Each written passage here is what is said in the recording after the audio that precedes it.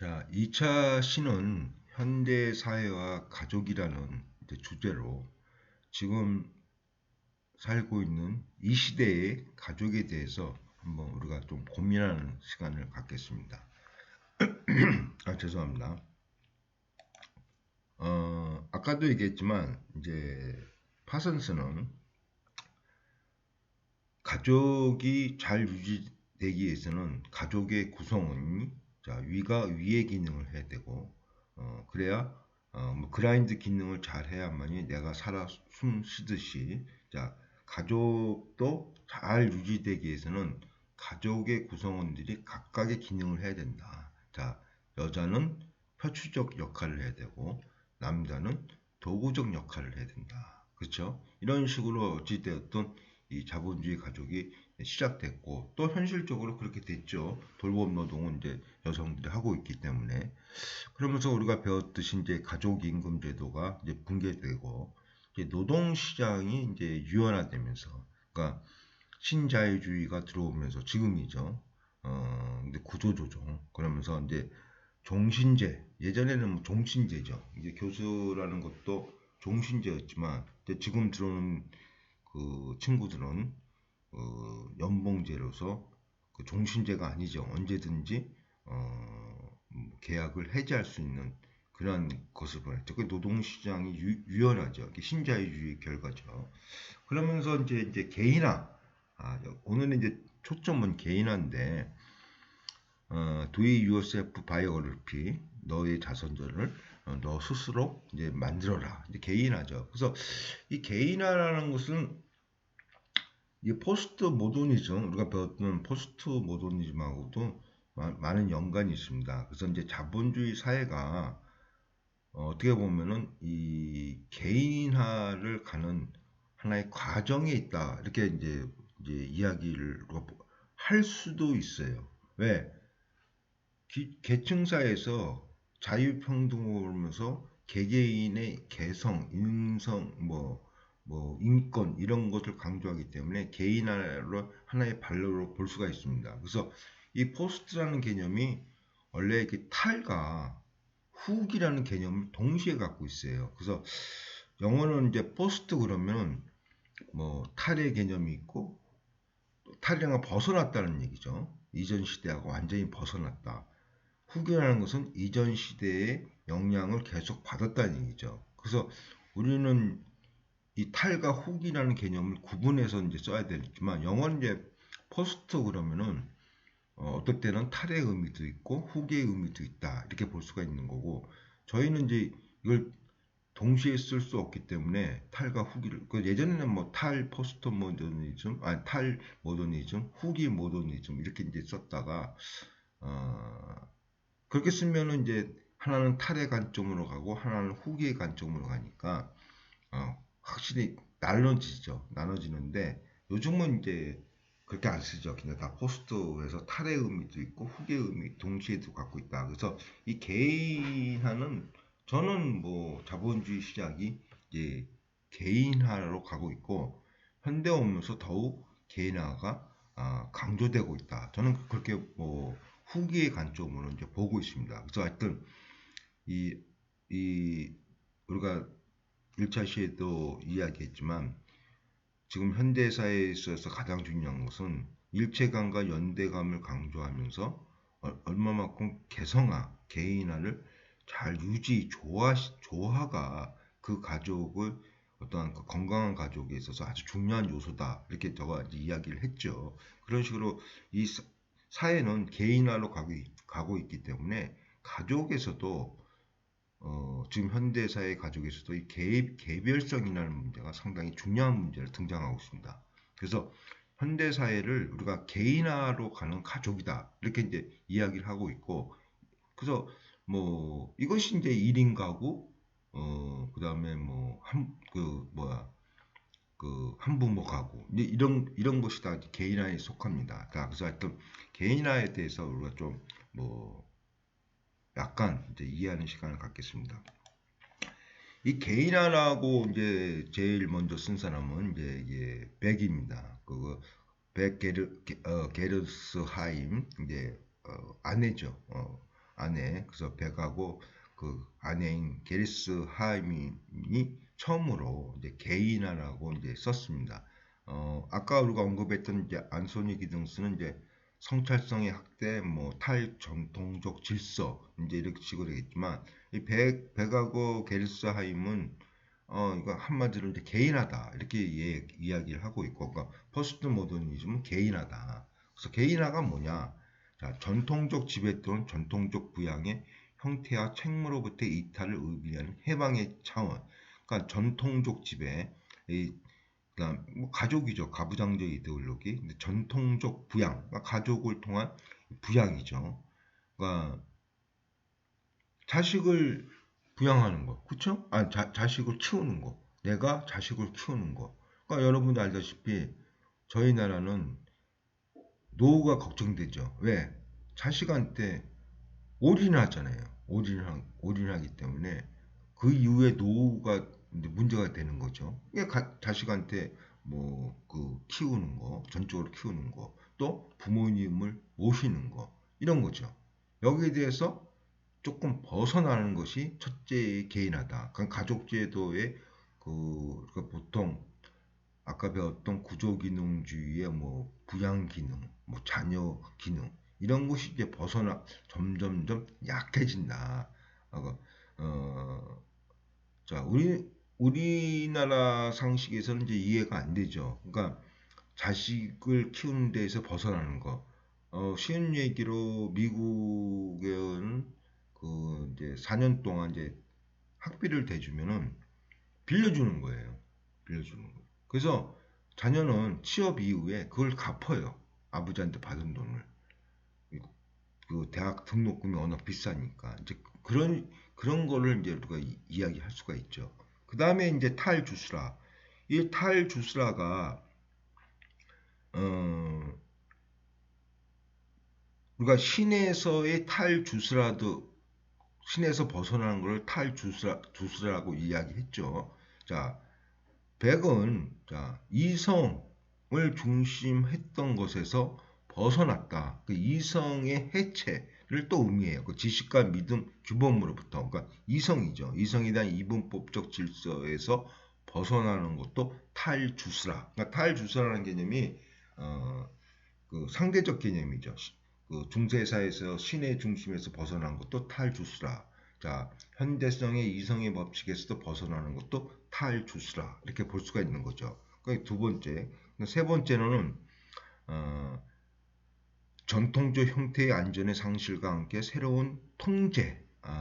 저가 그 객체화된 의식, 미셸 푸코의 생명 권력, 그다음에 뭐 자아의 기술 이렇게 우리가 배웠죠.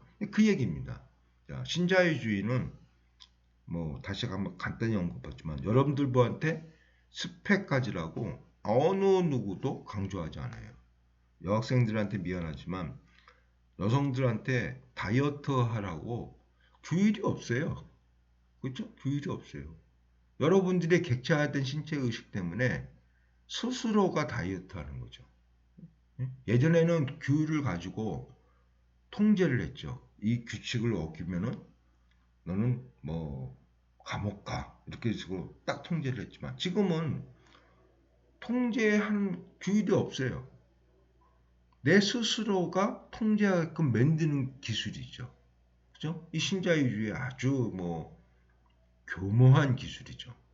경쟁을 하게 되니까 50대 사람들 보고 뭐 타이핑 배워야 돼, 영어 배워야 돼, 이런 거 아무것도 얘기 안 해줘요.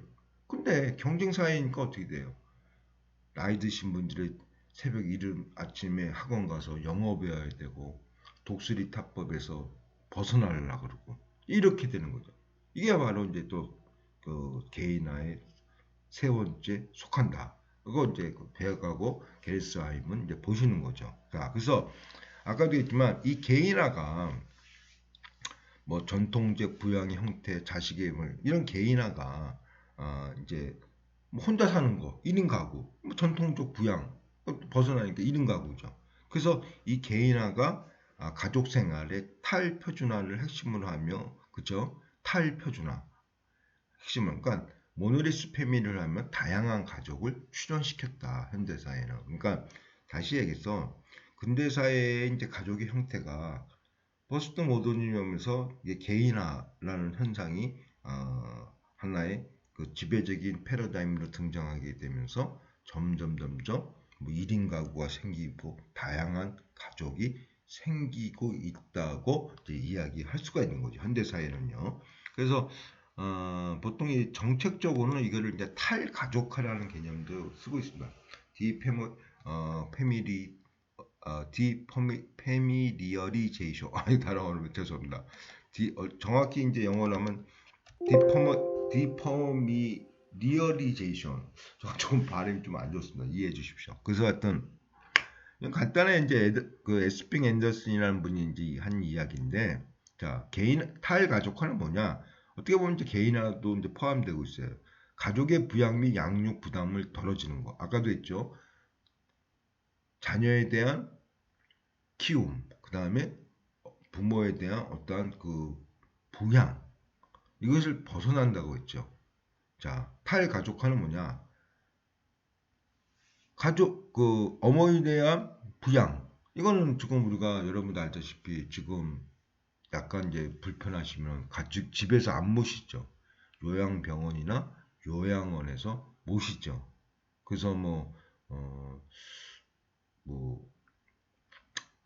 뭐 안타까운 현실도 있고 이게 노인에 대한 부양을 이제 벗어나는 거죠. 그런 요양 제도가 잘 이제 만들어졌죠. 이게 탈가족화죠.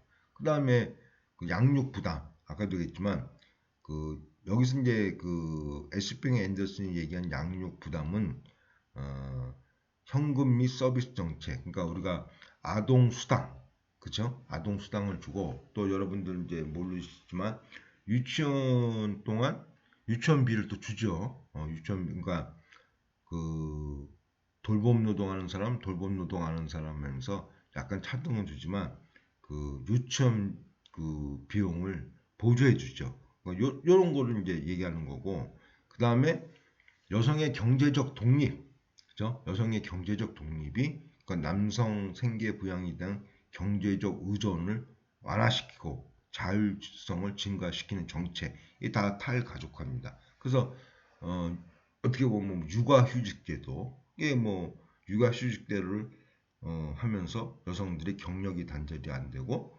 바로 또 저 아이를 낳은 이후에 출산 이후에 다시 취업을 할 수 있게끔 이게 이런 것이 다 탈가족화에 이제 속한다고 볼 수가 있겠습니다. 그래서 뭐 탈가족화는 굳이 여러분들이 이제 생각 안 하셔도 되고 너무 이쪽 약간 이제 정책적인 면이니까 가장 중요한 개인화, 그쵸? 개인화를 보시면 됩니다. 자, 우리나라의 현실입니다. 자, 우리나라의 가족의 현주소는 개인주의에 없는 개인화다. 이렇게 얘기하고 있어요. 그래서 저는 이제 그렇게 봅니다. 우리가 성장이 자본주의 태동과 성장 이렇게 좀 외국처럼 오랜 시일을 거치면서 성장하고 태동하고 성장하고 발전하고 이렇게 쭉 오랜 시간을 거쳐서 이렇게 그 자본주의가 진행이 됐으면은 좋았지만 저희 나라는 이게 압축적으로 진행됐잖아요. 그냥 태동과 동시에 성장하고 막 압축적으로 일어나니까 혼재되어 있는 것 같아요. 그래서 그러니까 아까도 개인화는 뭐예요? 1인 가구 증대, 비혼, 결혼 안 하는 거죠. 만원 등 이런 그 개인화가 우리에게서는 그죠? 우리에게서는 그 가족을 의존하는 삶의 양식이 강화되고 있다. 그러니까 쉬운 얘기로 아까도 했지만 1인 가구고 뭐 비용 만 원은 이제 개인화인데 그러면서 이렇게 개인화가 이루어지면서 내가 너 4년 동안 등록금 대줬으니까 뭐 나중에 나한테 등록금을 줘야 돼. 내가 너한테 그냥 론 빌려준 거야. 이런 식으로 되는 거죠. 그리고 뭐 부모에 대한 어떤 우리 이제 처형이 이제 그런 얘기를 하더라고요. 처형이 미국 살아요. 그 이제 거기서 이제 저희 그 저기 형님이 이제 학위 받아서 미국에서 교편을 잡고, 그래서 이제 애도 다 거기서 났어요. 그러니까 처형은 아주 한국적이죠. 그래서 이제 딸이 이제 그 뉴욕에 사는데,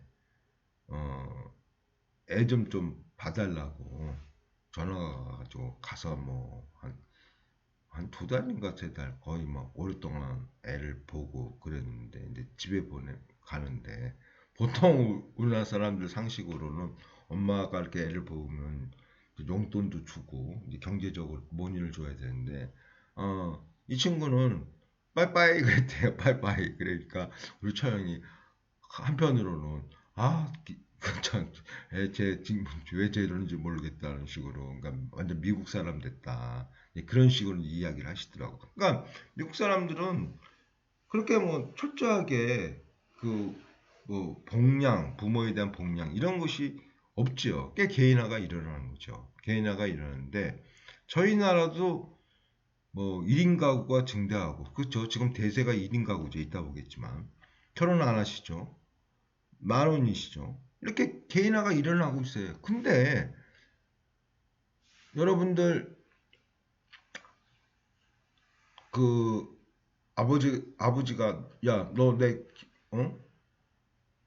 저기 뭐 너 대학교 등록금 냈으니까 내놔 이런 말 안 하죠. 그렇죠? 그럼 만약 그런 말 하면은 아버지 뭐 기분 나쁜 거 있어? 뭐 어려워? 왜 나한테 그래?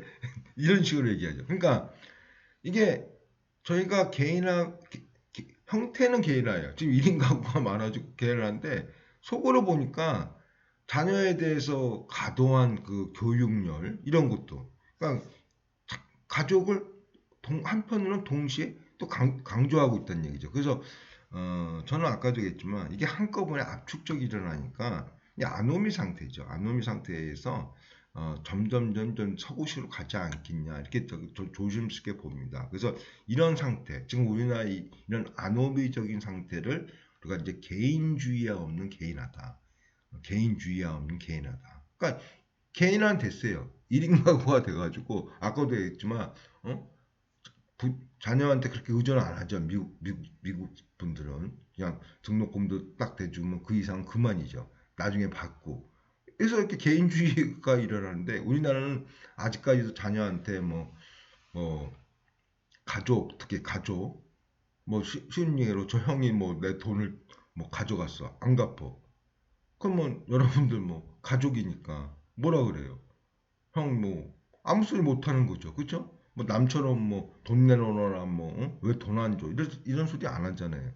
그냥 가족이니까 아이 뭐 어려우니까 그렇겠지. 뭐 한편으로 마음 찝찝하지만 표현을 안 하잖아요. 그러니까 개인주의가 안 일어나고 있어요. 그래서 개인주의 없는 개인하다 이렇게 이야기를 하고 있는데, 하여튼 저는 뭐 점점 아노미적인 상태에서, 그러니까 좀 무기범 상태, 막 섞였다는 얘기죠. 그래서 이런 좀 벗어나지 않을까. 그러니까 우리나라도 이제 외국처럼 이제 개인주의가 있는 개인화, 이렇게 될 수가 돼 가고 있지 않나 그렇게 생각이 듭니다. 그 개인주의가 있는 개인화. 그러니까 1인 가구 거기에 맞게끔 개인주의가 일어나고 있다. 요즘 아이들 보면은 어떻게 보면은 아까도 얘기했지만 한 대 때렸다고 부모를 신고하고, 요거는 뭐냐면 개인주의하죠. 그러니까 그래서 점점 개인주의가 가고 있지 않냐 이렇게 봅니다. 하여튼 지금 현주소는 개인주의가 없는 개인화다 이렇게 여러분들이 이해하시면 되겠습니다. 자, 아까도 얘기했지만 현대사에서는 이제 그 조립식 가족, 정확한 용어는 이제 스컬프처, 이제 조각 가족이랍니다. 자, 자발적으로 가족이 된 조립식 가족, 그죠? 혼자도 결혼도 아닌 새로운 형태, 그러니까 1인 가구도 아니고 비혼도 아닌 새로운 형태의 가족. 그러니까 이 조립식 가족과 있지만 한 다섯 여섯 가구가 같은 공간에 살면서 돌봄도 공유하고 밥도 같이 먹고, 그렇죠? 아무 혈연이 안 그렇죠. 그러니까 만들었다는 게 조각처럼 가족을 조각했다는 얘기죠. 이런 조립식 가족이 이 돌봄 노동이 어려지면서 많이 생기고 있는 거죠. 그 다양한 가구 형태의 가족, 아까도 했지만 가정 형태의 가족에서 점점 사회가 이제 가구 형태, 공간적인 개념, 그러니까 충양이하고 항단이가 같은 공간에 사니까 가족이죠. 그러니까 가구 형태의 가족으로 이제 변하고 있다는 것을 볼 수가 있고, 그 다음에 뭐 요즘 대세인 뭐 1인 가구 시대, 1인 가구 시대. 여러분 알다시피 예전에는 4인 가구가 아주 뭐 대세였지만 지금은 1인 가구죠. 1인 가구고. 그래서 예전에는 4인 가구에서 1인 가구로 갔다. 볼 수가 있는 거죠. 그래서 뭐 1인 가구는 2005년 이후 처음으로 등장한 용어로 그 전까지는 단독 가구라는 용어를 통용되었다. 법적 배우자 없이 홀로 사는 독신 가구로 정의되는 등 다양하게 정의되었지만 보통 혼자서 살림하는 가구로 정의된다. 그래서 혼인 여부와 상관없이 독립된 주거에서 혼자 생계를 유지하는 생활 단위를 우리는 현재 1인 가구, 가구다. 그러니까 1인 가족이라고는 얘기 안 하죠. 아까도 했지만 공동체인데 이거를 가족이라고 얘기할까? 어렵다는 얘기죠. 아직까지는. 그래서 이제 점점 1인 가족도 아까도 조심스럽게 1인 가족이란 표현도 가능하다고 제가 이제 보고 있죠. 어찌됐든 그것은 뭐 좀 더 우리가 또 시간을 좀 가져서 볼 것이고, 자, 지금 얘기한 대로 2000년대만 해도 4인 가구가 31.1%로 대세고 1인 가구는 15.5%죠. 그렇죠? 20년도, 그렇죠? 20년도는 4인 가구가 15.6%고, 자, 3인 가구가 20.1, 2인 가구, 애 안 난다는 얘기죠. 노키드죠. 그죠? 둘만 산다는 얘기. 28점. 그죠? 1인 가구가 대세죠. 31.7. 저가 이제 2020년도 거는 제가 그 통계를 보는 삶에서 또 제시하겠습니다. 근데 그때 제시하려고 이제 20년도 거를 줬는데 지금은 그 38% 이상 올라갔습니다. 제일 많아요. 그건 40%입니다. 그러니까 31.7%, 28%, 20점. 이제는 우리나라는 4인 가구가 아니라 1인 가구가 대세고. 그래서 모든 정책이 지금 4인 가구 중심으로 모든 이 그 가족에 관한 정책, 지원 이렇게 이제 중심으로 보였는데 개편돼야 된다고 지금 계속 우리가 이야기하고 있습니다. 왜? 지금 다 1인 가구인데 1인 가구 중심으로서 그 뭐 가족 지원 정책을 개편해야 되지. 예전에 4인 가구 중심으로 해서는 격차가 너무 벌어진다는 얘기죠. 현실과 안 맞는 얘기죠. 그래서 하여튼 1인 가구가 현대사에서도 가장 큰 그 가구 형태를 갖고 있다. 이렇게 여러분들 보시면 되고, 그 다음에 요거는 이제 그 노키드, 그쵸? 딩크족, 더블 인컴 노키드, 그 더블. 그냥 남편도 벌고 아내도 벌고 그것이 노키드, 애는 안 갖는 거죠. 그쵸? 딩크족이라 합니다. 그래서 뭐 우리가 그 출산이 몇 조 원을 부었지만 결과가 점점점 출산력이 떨어지죠. 그러니까 헛돈 썼다는 얘기죠. 헛돈 썼다. 우리가 이제 출산에 대해서도 한번 이야기하겠습니다. 지금은 뭐 조금 벗어나기 때문에 제가 좀 상가하고, 자, 자녀는 효용과 비용을 동시에 주는 존재이다. 그렇죠? 자녀로서 또 여러분들이 아버지들이 여러분들 보면 저도 자식을 보면은 기쁨도 있고 이만큼 키웠구나 그런 것도 있고 효용적이죠. 또 뭐 기댈 언덕도 되고 그 대신 또 이제 비용도 나가는 이런 동전의 양면이죠. 합리적 선택 이론에 따르면 효용이 비용보다 클 때 출산한다. 그렇죠? 그러니까 지금은 효용보다는 비용이 너무 크니까 출산을 안 한다는 얘기죠. 그래서 우리가 나중에 좀 구체적으로 한번 이야기하는 시간을 갖겠습니다. 그래서 결혼, 이혼 모두 줄었다. 그렇죠? 이걸 왜냐면 이제 코로나 사태 때문에 그 결혼 이혼이 모두 이제 어찌됐든 이제 결혼도 안 하고 그다음에 또 이제 뭐 이혼도 줄었다. 이제 코로나에 좀 영향을 많이 받았습니다. 이제 그렇게 볼 수가 있는 거고. 자, 그 다음에 볼 것이 결혼도 출산도 안 한다. 혼인 합계 출산율 역대 최저. 아까도 얘기했지만 작년에 0.82, 지금은 이제 어디 갔지? 지금은 0.75, 2분기. 거의 이제 이게 막 2분기가 거의 똑같이 가요. 그래서 21년도 0.81에서 22년도 0.75명, 그쵸? 0.75명으로 가고 있고, 당연히 뭐 애를 안 낳으니까 이 혼인도 줄지요. 그래서 5년 연속 혼인도 1년 전보다 9.8% 줄어 역대 최저. 그래서 인구를 유지하는 출산율은 2.1, OECD 합계 출산율도 1.59인데 우리나라는 0.75. 일본이 우리나라보다 애는 많이 나요. 0.8 몇이더라고요. 그래서 하여튼 심각하다.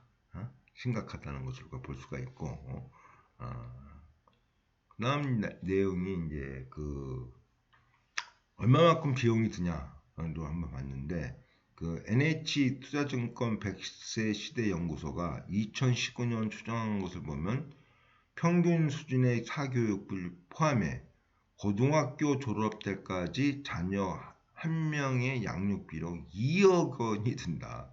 이를 감당하면서 내가 기대하는 삶을 충족시킬 수 없다면 자식을 낳아 기를 엄두를 내기가 어려울 것이다. 또 집값은 얼마나 비싸냐. 이렇게 이제 신문에 난 이야기를 제가 이제 여러분들한테 소개하고 있습니다. 저도 이렇게 많이 드는 줄은 몰랐어요. 어떤 자녀, 그것도 고등학교 때까지 양육비가 2억이 들고, 이 집값 큰 문제죠. 그렇죠? 이 집값이 여러 가지 연계형 사회 자본, 그러니까 봉사단체, 이 집값하고 봉사단체, 교수님 뭐 집값하고 봉사단체하고 무슨 상관이 있어요? 그렇게 얘기할 수도 있지만,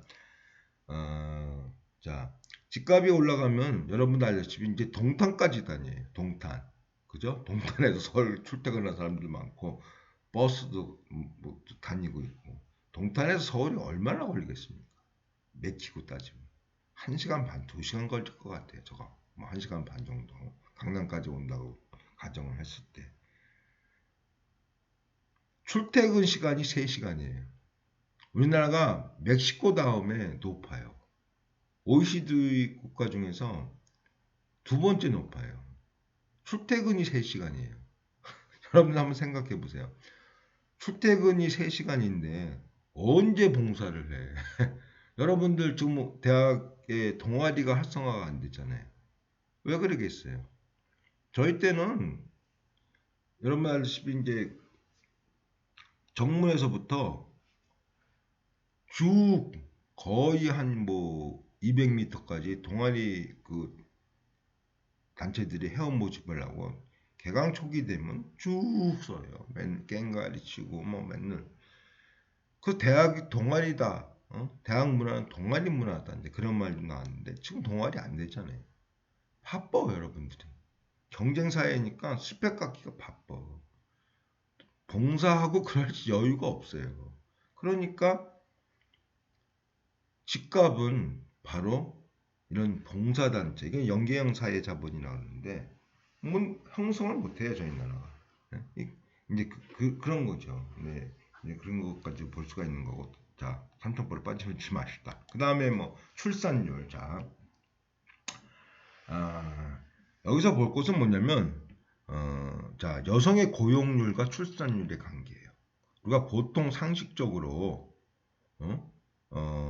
여성의 고용률이 낮아야 출산율이 높다. 이렇게 여러분들 우리가 상식으로 보죠. 그렇죠? 그러니까 고용률과 출산율을 역비례로 봐요. 역비례로 보는데 아니에요. 자, 결론적으로 자, 뭐라 그랬어요? 여성 근무 여건이 안정화되고 여성 고용률이 60%를 넘어서게 되면 다시 출산율이 상승하는 현상이 나타난다. 왜 그걸 보니까 프랑스와 스웨덴을 보니까 여성의 경제활동이 초반에는 출산율이 하락돼요. 근데 고용률이 60%를 넘으니까 출산율이 상승돼요. 프랑스가 그래요. 프랑스 지금 출산율 엄청 높아요. 예? 그 아까도 있죠. 이전에도 얘기했죠. 그 프랑스의 자유평등을 한 프랑스가 얼마나 이 여성의 위치를 종속적으로 보냐. 그래서 투표권도 46년이죠. 46년 줬고 우리가 48년에 받았으니까요. 프랑스에서 여성 투표권을 46년 줬다 하면 여러분들 이해가 안 되죠. 그만큼 뭐야 종속적이라는 얘기죠. 그래서 하여튼 이 프랑스가 근데 갑자기 출산율이 올라가요. 그 이유는 뭐냐? 고용률이 높는 거예요. 고용률이. 그쵸? 그 지난 2017년도 한국은행 여성 경제 활동률이 이제 약자를 경활률이랍니다. 경제 활동률이 1% 늘어날 때마다 출산율은 0.에서 0.% 상승한다고 분석 자료를 발표했다. 그러니까 우리나라가 지금 여성의 경제 활동이 40 약간 넘어요. 50%를 못 넘어요. 그러니까 출산율이 떨어지는 거죠. 지금 초창기에 지금 뭐 어떻게 보면 뭐 나중에는 뭐 60%만 넘으면은 출산율이 다시 올라갈 수 있다고 볼 수가 있는 거죠. 그러니까 몇 조 원을 써서 실패한 이유는 뭐냐면은 쓸데없는 데 돈을 썼다는 얘기죠. 이런 걸 보고 여성의 경제 활동률을 높여야 돼요. 고용률을. 여성의 고용률을 높이려면 여러분 가만히 보세요. 경력 단절, 유리천장을 없애야 되고, 자, 돌봄 노동에서 벗어나게 해줘야 돼요. 돌봄 노동 때문에 경제활동을 포기하는 경력 단절 연령이 얼마나 많이 있습니까? 그래서 어찌되었든 출산율을 올리려면 여성의 경제활동률을 60% 이상 올려야만이 출산율이 올라간다는 얘기예요. 그러니까 우리나라가 지금 출산율이 떨어진 이유는 뭐냐면 여성의 경제활동 인구가 50% 미만이니까 출산율이 계속 떨어지고 있는 거예요. 빨리 10% 이상 올려야 돼요. 그래야만이 출산율이 올라간다는 얘기죠. 아까 됐죠. 남성의 의존도가 벗어나는 것이 바로 탈가족화다. 그러니까 탈가족화 정책을 빨리 만들어야 된다는 얘기예요. 현실화시켜야 되고 그래야만이 출산율이 올라간다는 얘기죠. 하여튼 여러분들이 그래서 여기서 중요할 것은 고용률과 출산율은 역비례다. 그러니까 고용률이 높을수록 비례한다는 얘기죠. 고용률이 높을수록 출산율도 높아진다는 거. 우리가 역비례로 생각했지만 비례한다는 것을 여러분들이 생각하면서 7주 2차 시 수업을 마치겠습니다. 자, 시험은 여기까지입니다. 자, 하여튼 시험 보면 여러분 좀 고생 좀 하시고, 자, 시험을 대면을 볼 것이냐, 비대면을 볼 것이냐, 저것도 한번 고민을 해보고, 하여튼 또 연속 7주, 8주도 다 비대면을 한다. 좀 저거 약간 부담이 있어요. 부담이 있지만 시험이니까 하여튼 고민을 해보고 다시 공지하겠습니다. 자, 고생 많이 하셨습니다.